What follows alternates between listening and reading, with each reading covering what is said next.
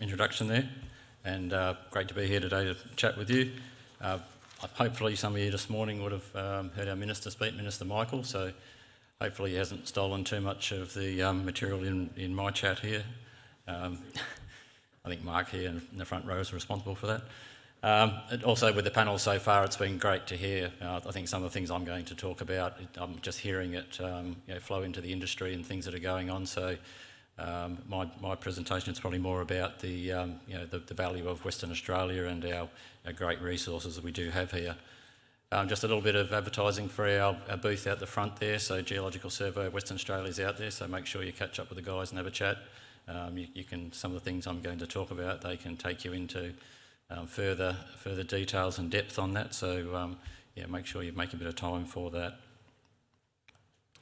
I'd just like to acknowledge where we're meeting today, the lands of the Whadjuk people of the Noongar Nation, and pay my respects to their elders past, present and emerging. I think the story of why critical minerals matter, I don't think that's lost on any of us.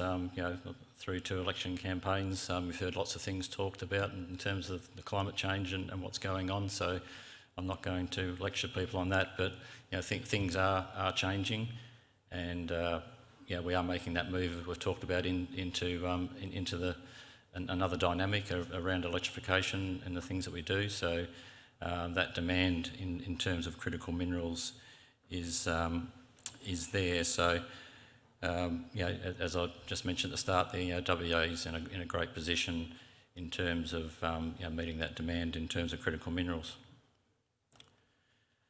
As most of you know, WA is the resource powerhouse. Iron ore, as we know, is sort of the mainstay, and some of the other key commodities there. In terms of LNG and nickel, had the checkered past over many years. I started my career down in Kambalda, so there's definitely been the good days, but as we know, we're in a different dynamic at the moment. But particularly on that map there, and like I say, if you're talking to the team out the front there's a big chunk of Western Australia that's not explored to the depth of some of the other parts. So I'll touch on a few of the programs that we've got going that's going to help us even find more minerals here in WA. Just furthering on just Western Australia and the potential of the resources there, and you can just see in the green just what's coming from Western Australia and what's coming from the rest of Australia and the rest of the world. So I think there's huge potential for us to step up in that area. But also importantly, on the little table to the right there is just highlighting just where we sit in terms of as a producer of some of those critical the battery minerals here in Western Australia. So I think it's as we've talked about some of the projects and things we're hearing. Day one of this conference is really there is lots of potential for us to fill that gap.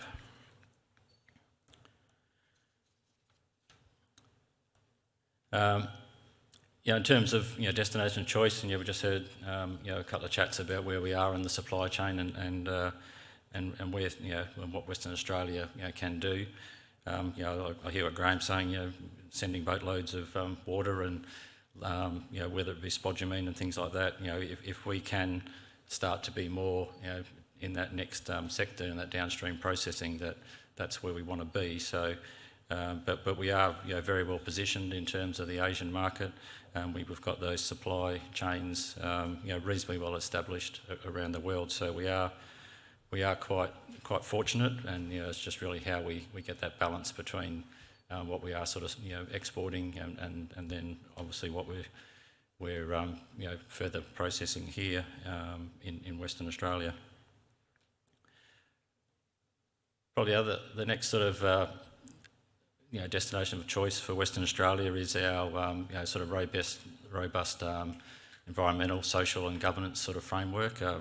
I think a lot of us here in Western Australia are very proud of where we sit in terms of the mining communities around the world, and some of our legislation, some of the people that have trained here and learnt their skills and taken those skills elsewhere in the world. So I think we obviously value that, but it also is a good attractor for us to have people coming to Western Australia, and like I said, with the resources that are here. So in terms of our regulatory framework, our sort of standards in terms of the environmental standards, our social licence to operate, Western Australia is a very mining centric state, and just how we can take that sort of culture and that understanding and continue to work on that.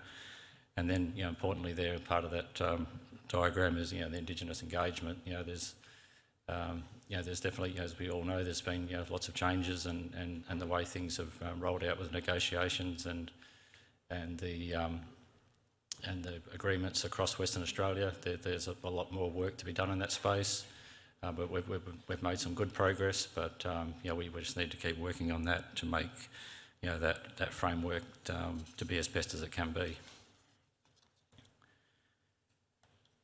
Just sort of continuing on the value adding equation, just for Western Australia, and yes, the DEMERS, the department, we're concentrating on the resources and the approvals and how things work, but also always looking at just how we can do more in terms of helping that next step in the equation. So whether it be contributing to the research functions that are going on.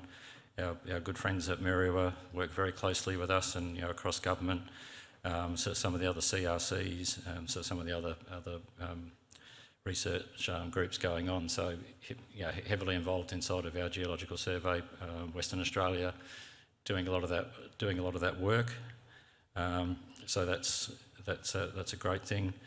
Our policy environment, I'm not going to go and talk about the vanadium royalty any further. I think we've heard it from our Minister this morning, and we just heard Warren talking about it as well, and also Graham. So I think that it's been a great result. Our team's working on that, so it isn't going to be. I don't think it's going to be a problem to get that up and running. We're just going through the obvious discussions with our department and Treasury, and then that should be put in place. The Made in WA side of things that we've heard from the WA government as well, that really gives us that more support to keep driving some of those discussions, across a lot of the things that we do in terms of the next project and the different areas and how we can work towards that. So one of those things is, I think the Minister did cover it, was around our Critical Minerals Advanced Processing Hub here in Western Australia. So that's been talked about. There's been money put aside now to actually to get that the project plan for that put together, and then there's that shared commitment from both WA and the Commonwealth Government to take that to the next step.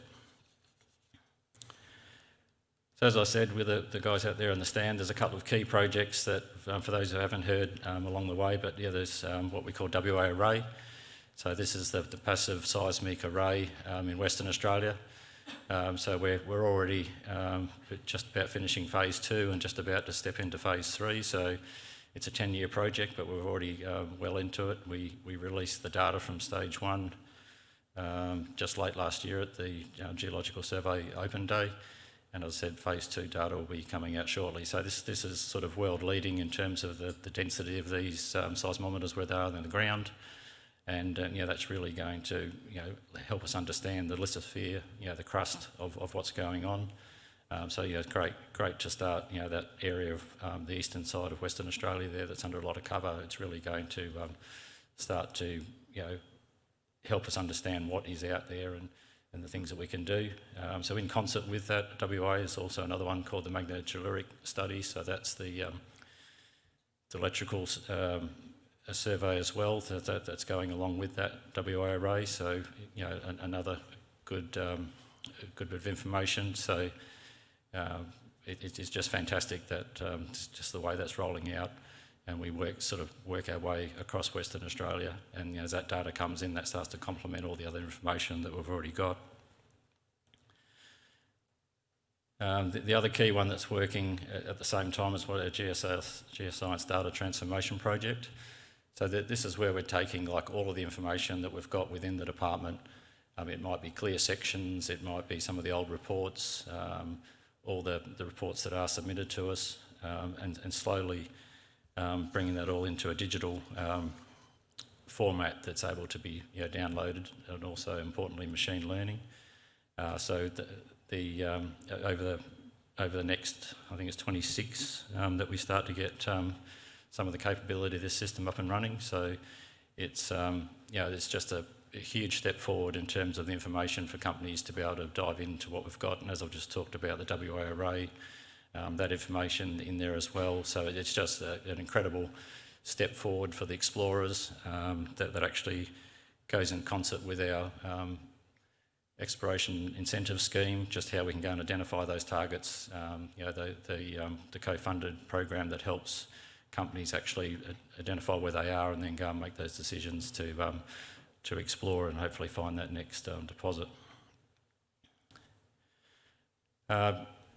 Approvals, I think a lot of people have heard a lot over the years of what's going on in this space. A lot of work from our department, other departments, has been across department initiatives like Streamline WA, but we personally have been working very hard on what's called the fast-tracking mining approvals, so that's been increasing the capability of our staff and to some of our processes within.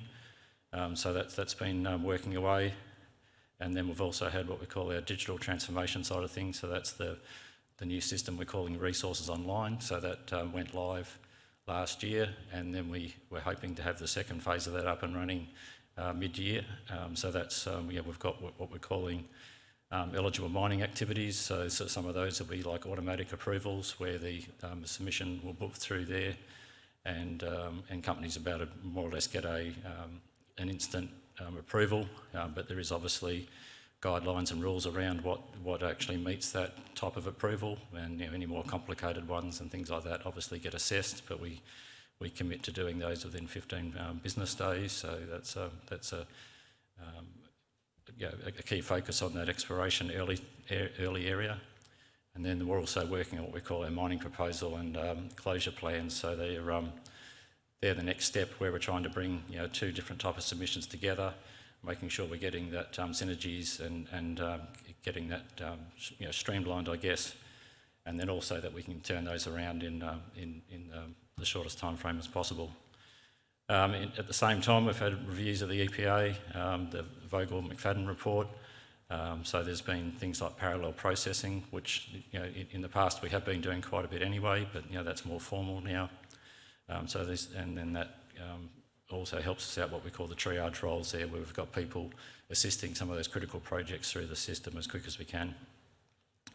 Modernising legislation, that's just a quick one that's put on the bottom there, but as Warren knows, there's a lot of work going on in that space. The Mining Act reforms introduced to Parliament last year.